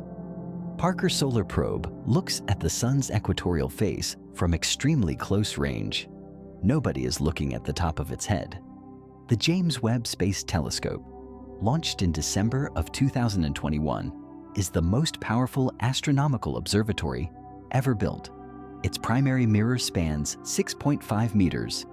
Its sensitivity to infrared radiation is orders of magnitude beyond anything previously in orbit. It has returned images of galaxies formed when the universe was less than 500 million years old. Looking back more than 13 billion years in time, by any measure, it is a triumph of human engineering and scientific ambition. And it is parked at the Sun-Earth Lagrange point, 1,500,000 kilometers from Earth, looking outward through the same zodiacal dust disk that every other ecliptic plane observatory has always had to contend with. The zodiacal foreground affects Webb's deep field observations. It affects the noise floor for faint extragalactic targets. Webb's team accounts for it carefully, subtracts it where possible, designs observation strategies around it, but they cannot eliminate it. It is physically there, between the telescope and the universe. Because the telescope is embedded in the ecliptic plane, we have the most powerful eye in human history, and it is still looking through a frosted window. But the most extraordinary thing about a polar vantage point is not the clarity it offers for observing the universe. Beyond it is what the polar environment itself reveals about the Sun, something the equatorial view can never show, something that turns out to be far stranger than anyone expected. The solar wind near the ecliptic, the wind that Earth lives in, that every spacecraft in the history of the space age has measured, that 4 decades of satellite data have characterized in exquisite detail, blows at roughly 400 kilometers per second. It is dense by solar wind standards, carrying approximately 5 to 10 protons per cubic centimeter at Earth's distance. It is structured, highly variable, full of embedded current sheets and pressure pulses and magnetic field reversals that roll past Earth every few days. It interacts with Earth's magnetic field to produce the aurora, to drive geomagnetic storms, to pump energy into the Van Allen radiation belts. It is, by any description, an active and complicated medium. It is also, in a sense, the solar wind that the sun produces almost reluctantly. Near the ecliptic, the magnetic field lines are closed or only partially open. They loop back to the solar surface rather than extending freely outward into space. The plasma that forms the slow solar wind has to fight its way out through this magnetic tangle, which is why it emerges slowly, densely, and chaotically. The ecliptic solar wind is not the sun's strongest output. It is what leaks out through the gaps. Above the poles, Ulysses found something fundamentally different. The fast solar wind measured above the sun's polar coronal holes. The regions of open magnetic field that dominate the sun's polar caps streams outward at approximately 750 kilometers per second, nearly double the speed of the ecliptic wind. It is less dense, but its individual particles carry far more kinetic energy. It is dramatically less turbulent, smoother, more uniform, structured by the large-scale geometry of the open polar magnetic field rather than tangled by the complexities of closed equatorial field lines. If the slow ecliptic wind is whitewater rapids fast enough, energetic enough, but churning and chaotic, the fast polar wind is a deep, swift river current, powerful, directed, and clean.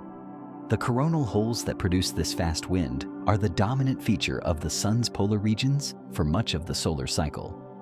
During solar minimum, when the sun's activity is at its lowest, its magnetic field closest to the idealized dipole configuration, the polar coronal holes are large, stable, and clearly defined. They cover much of the polar caps and funnel enormous quantities of fast solar wind outward toward the heliosphere's poles. Ulysses measured these outflows directly during its passes over the poles in 1994 and 1995, during a period close to solar minimum, and the data confirmed that the polar fast wind is a persistent, large-scale feature rather than an occasional phenomenon.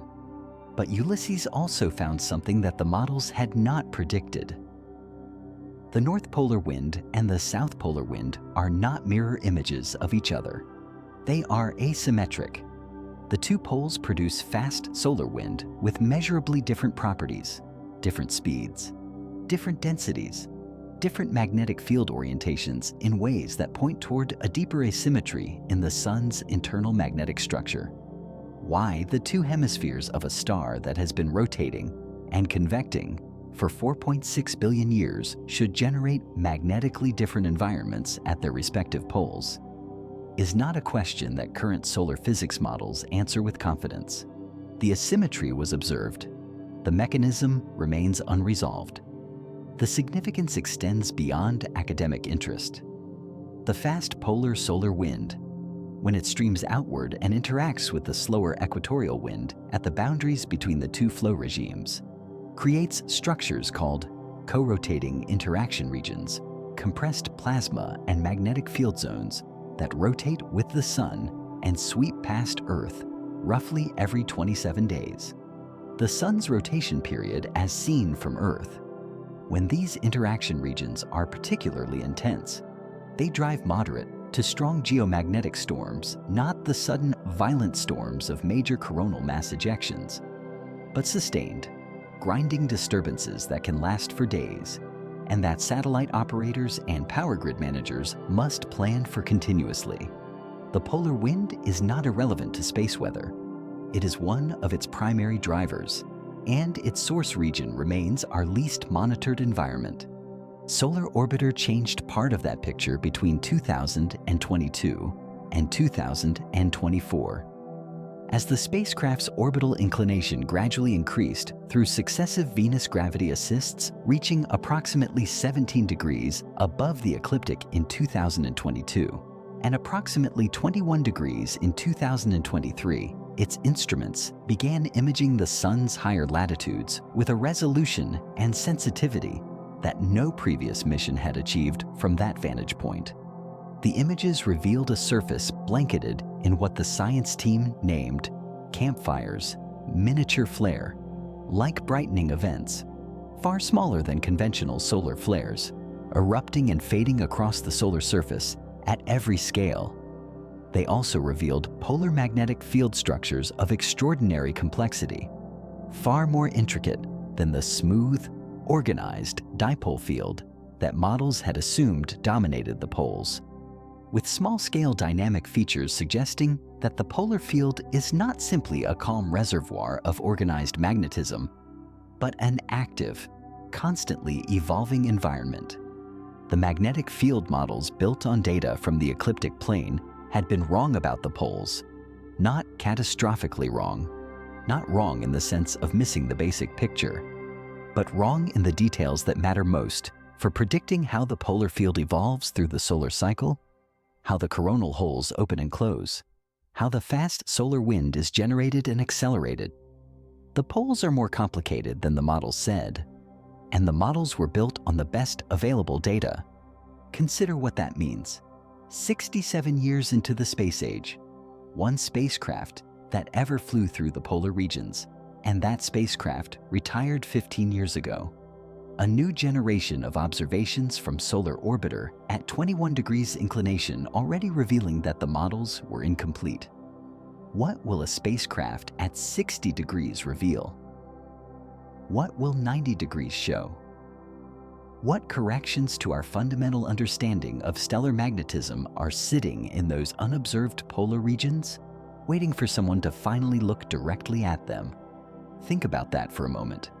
Nearly 7 decades of the space age, one polar flyby mission, gone since 2009.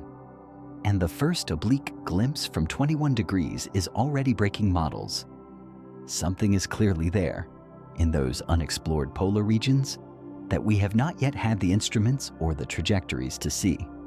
But the polar wind data, the magnetic field mysteries, the heliosphere's contested shape, all of these, remarkable as they are, turn out to be pieces of a goal so much larger than any single observation that it reframes the entire story told so far.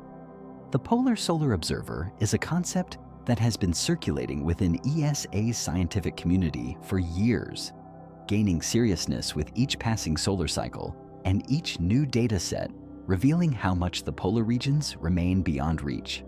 The core mission architecture is straightforward in its ambition and daunting in its engineering place, a dedicated spacecraft in an orbit inclined between 75 and 90 degrees relative to the ecliptic plane, positioning it as close to directly above or below the sun's poles as orbital mechanics and thermal constraints allow.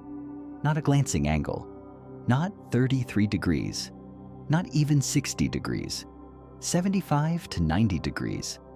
A near overhead view that would, for the first time in the history of solar science, let instruments look straight down at the polar magnetic field, the polar coronal holes, the origin region of the fast solar wind, and the structures that drive the heliosphere's large-scale behavior with nothing between the telescope and the target but space. The engineering path to that orbit runs through either a Jupiter gravity assist, the route Ulysses took, expanded and refined with modern trajectory design tools, or a solar Oberth maneuver of the kind described in Part 10, which could deliver the required orbital inclination more efficiently at the cost of extreme thermal demands. Neither is simple. Both are tractable. ESA's mission design teams have been refining trajectory options for polar solar missions for well over a decade. And the current consensus within the European heliophysics community is that a dedicated polar solar mission is scientifically compelling enough to justify the considerable technical investment it demands. NASA's interstellar probe concept approaches the same observational gap from a different direction literally. Rather than going up to look down at the sun's poles from close range, the interstellar probe is designed to go out far out, beyond the heliopause, into the interstellar medium at a trajectory inclined high enough above the ecliptic plane to observe the heliosphere from outside and from above simultaneously.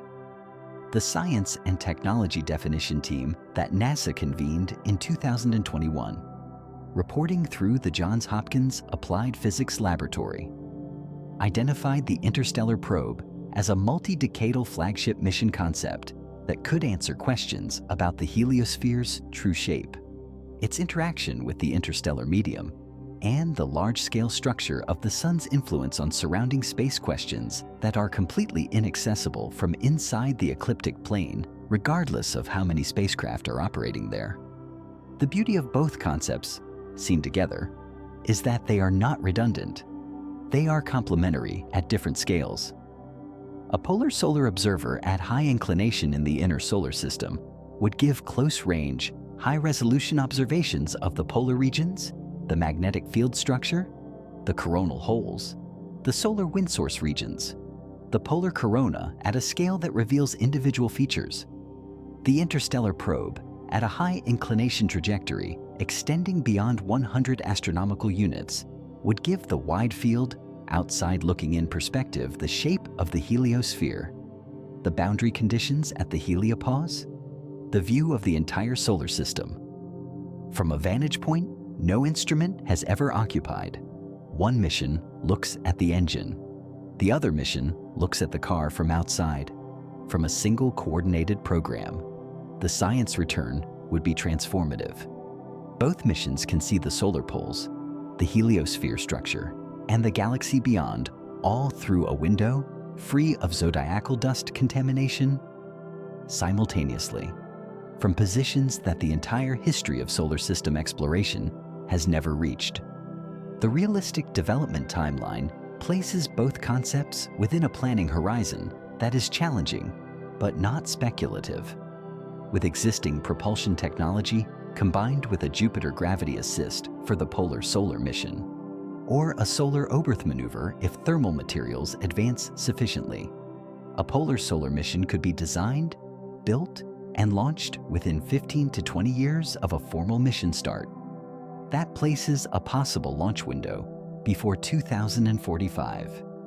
The interstellar probe concept, which has been under active NASA study since 2021 and was highlighted as a priority concept in heliophysics community planning discussions, could potentially launch on a similar timescale if it receives formal mission approval and funding in the coming decade.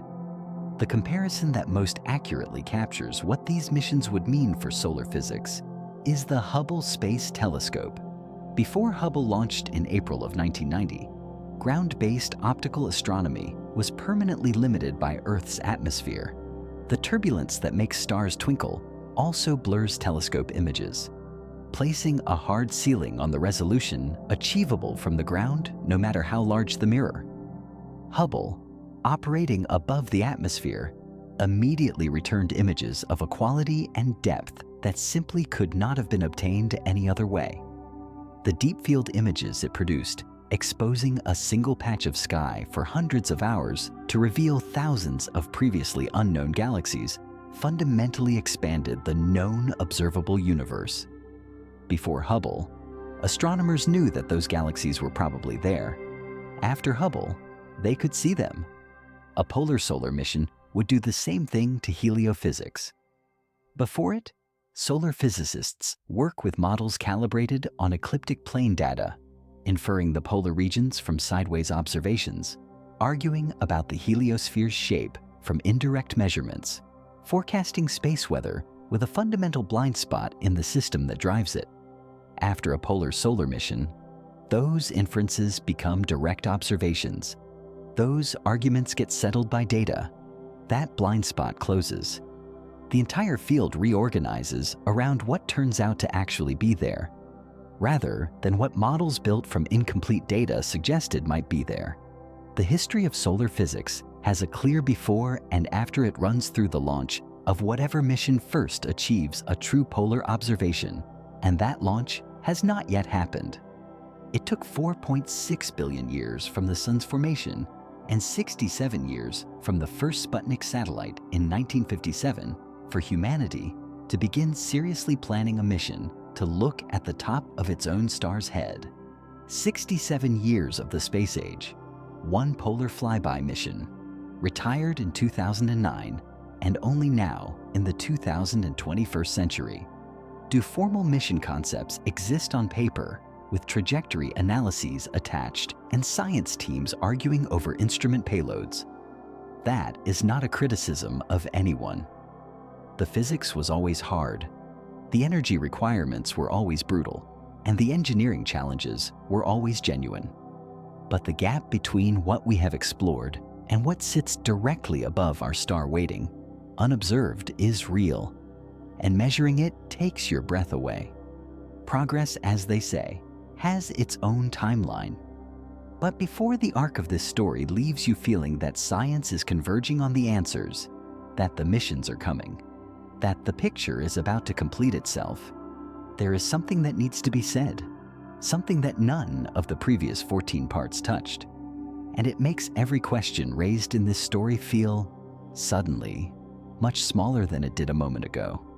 Even if a spacecraft achieves a perfect 90-degree polar orbit above the Sun, even if it looks straight down at the North Pole, with instruments of unimaginable precision, maps the magnetic field to individual flux tube resolution, resolves every coronal hole, tracks every campfire, measures the fast solar wind at its source with perfect accuracy, it is still observing from inside the Milky Way galaxy. And that fact, which sounds trivial on first reading, unravels the question at the center of this entire story in a way that no orbital mechanics problem ever could. The Sun moves through the galaxy, not slowly, not metaphorically, at approximately 220 kilometers per second relative to the galactic center.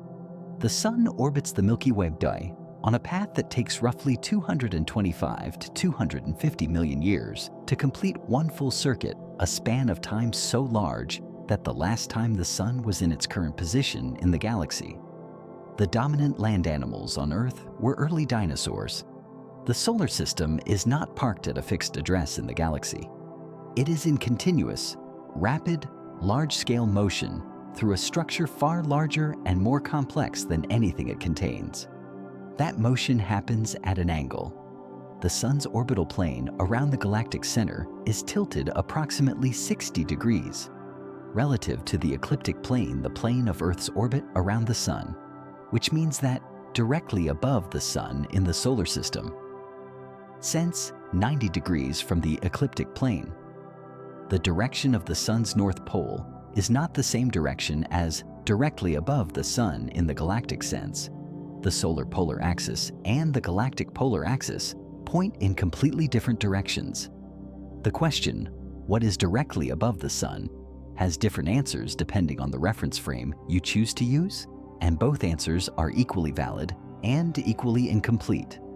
But the galactic dimension introduces something stranger still.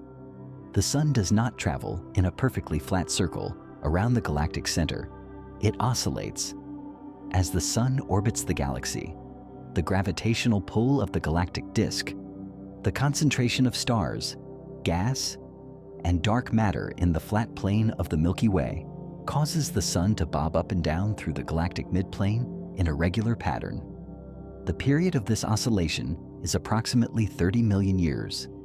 The amplitude to the maximum distance the Sun reaches above or below the galactic midplane before gravity pulls it back is estimated at roughly 200 to 300 light years. Right now, at this specific moment in the Sun's 4.6 billion year history, the Sun sits approximately 56 light years above the galactic midplane, not in the plane, above it, and current measurements of the Sun's motion indicate it is still moving upward away from the galactic midplane, though it will eventually slow, stop, reverse, and drift back down through the plane and out the other side, as it has done roughly 150 times since the Sun formed. What is directly below the Sun at this moment, in the galactic frame of reference? Not the galactic midplane. The Sun is already above that, directly below the Sun, along the axis perpendicular to the galactic disk, lies approximately 56 light-years of thin interstellar gas, and then the galactic midplane itself. And below that, the southern galactic halo, the sparse, ancient stellar population that surrounds the galaxy's disk like a diffuse cloud, stretching for tens of thousands of light-years in every direction. Directly above the Sun, by the same measure, is the northern galactic halo, an enormous, nearly empty volume populated by ancient stars, globular clusters, and cold gas clouds extending upward toward the void between galaxies. The above and below of the Sun are not fixed addresses. They are moving targets, changing continuously as the Sun orbits and oscillates through a galaxy that is itself moving toward the Andromeda Galaxy at approximately 110 kilometers per second, within a local group of galaxies that is falling toward the Virgo cluster, within a supercluster called Laniakea that spans 500 million light-years and is itself moving through a universe whose large-scale structure, the cosmic web of filaments and voids, defines directions that have no meaningful human analogy at all. And now the final layer, the one that reframes everything. The heliosphere, that protective bubble described in Part 8. The structure spanning hundreds of astronomical units in every direction. The shield that keeps galactic cosmic rays from freely bombarding every planet in the solar system is, from the perspective of the galaxy, not large. It is not impressive. It is not a notable feature of the Milky Way's environment. The Milky Way galaxy contains an estimated 200 to 400 billion stars. Its disk spans roughly 100,000 light-years. 1 light-year is approximately 63,000 astronomical units. The heliosphere, at its widest, spans perhaps 300 astronomical units, less than 1/100th of a single light-year. Compared to the galaxy, the heliosphere is not a bubble. It is a speck, a dust grain, a single atom among uncountable trillions, drifting through the galactic disk on a 225 million-year orbit, oscillating above and below the midplane every 30 million years, utterly invisible at the scale of the structure it inhabits, and the Milky Way itself, 100,000 light-years across. 400 billion stars. More mass in dark matter than in everything visible combined is one of more than 2 trillion galaxies in the observable universe. 2 trillion. The number was revised upward dramatically in 2016 when a team led by Christopher Consolis at the University of Nottingham reanalyzed Hubble Deep Field data and determined that previous estimates had undercounted galaxies by a factor of approximately 10. 2 trillion galaxies, each containing hundreds of billions of stars, each star potentially surrounded by its own heliosphere. Each heliosphere a speck invisible at any scale that matters cosmically. So what is directly above and below the Sun? The answer: from inside the ecliptic plane, a region of extraordinary scientific importance that humanity has barely begun to explore, whose magnetic fields drive the space weather affecting every satellite and power grid on Earth, whose shape and structure remain incompletely understood, and toward which the first dedicated observational missions are only now being seriously planned. The answer: from inside the Milky Way, a direction that changes continuously as the solar system moves, oscillates, and orbits through a galaxy that does not notice the Sun's existence any more than an ocean notices a single water molecule. The answer: from outside the observable universe, a direction that has no meaning. Because at that scale, direction itself dissolves into the geometry of spacetime, and the concept of above requires a reference frame that the universe at its largest scale does not provide. The question at the center of this story, what is directly above and below the Sun, turns out to be a question that generates different answers at every scale you examine it from. And each answer, rather than closing the question, opens a larger one. The polar orbit reveals the solar poles. The solar poles reveal the heliosphere. The heliosphere reveals the galaxy. The galaxy reveals the universe. the universe reveals that the coordinate system you were using to ask the question in the first place was always local, always contingent, always a temporary frame of reference imposed on a cosmos that has no preferred orientation and no fixed up or down. That is perhaps the strangest finding. At the end of 67 years of the space age and 4.6 billion years of the sun's existence, the universe does not have a top or a bottom. It never did. The directions we call above and below are not features of reality. They are features of where we happen to be standing. And where we are standing is a small planet, orbiting an average star. Trapped in a flat disk, it has never escaped. Looking outward from inside a bubble, it has never seen from the outside. Inside a galaxy, it has barely begun to measure. Inside a universe whose scale makes every question we have ever asked feel, suddenly and permanently, like the first question in a conversation that has no end.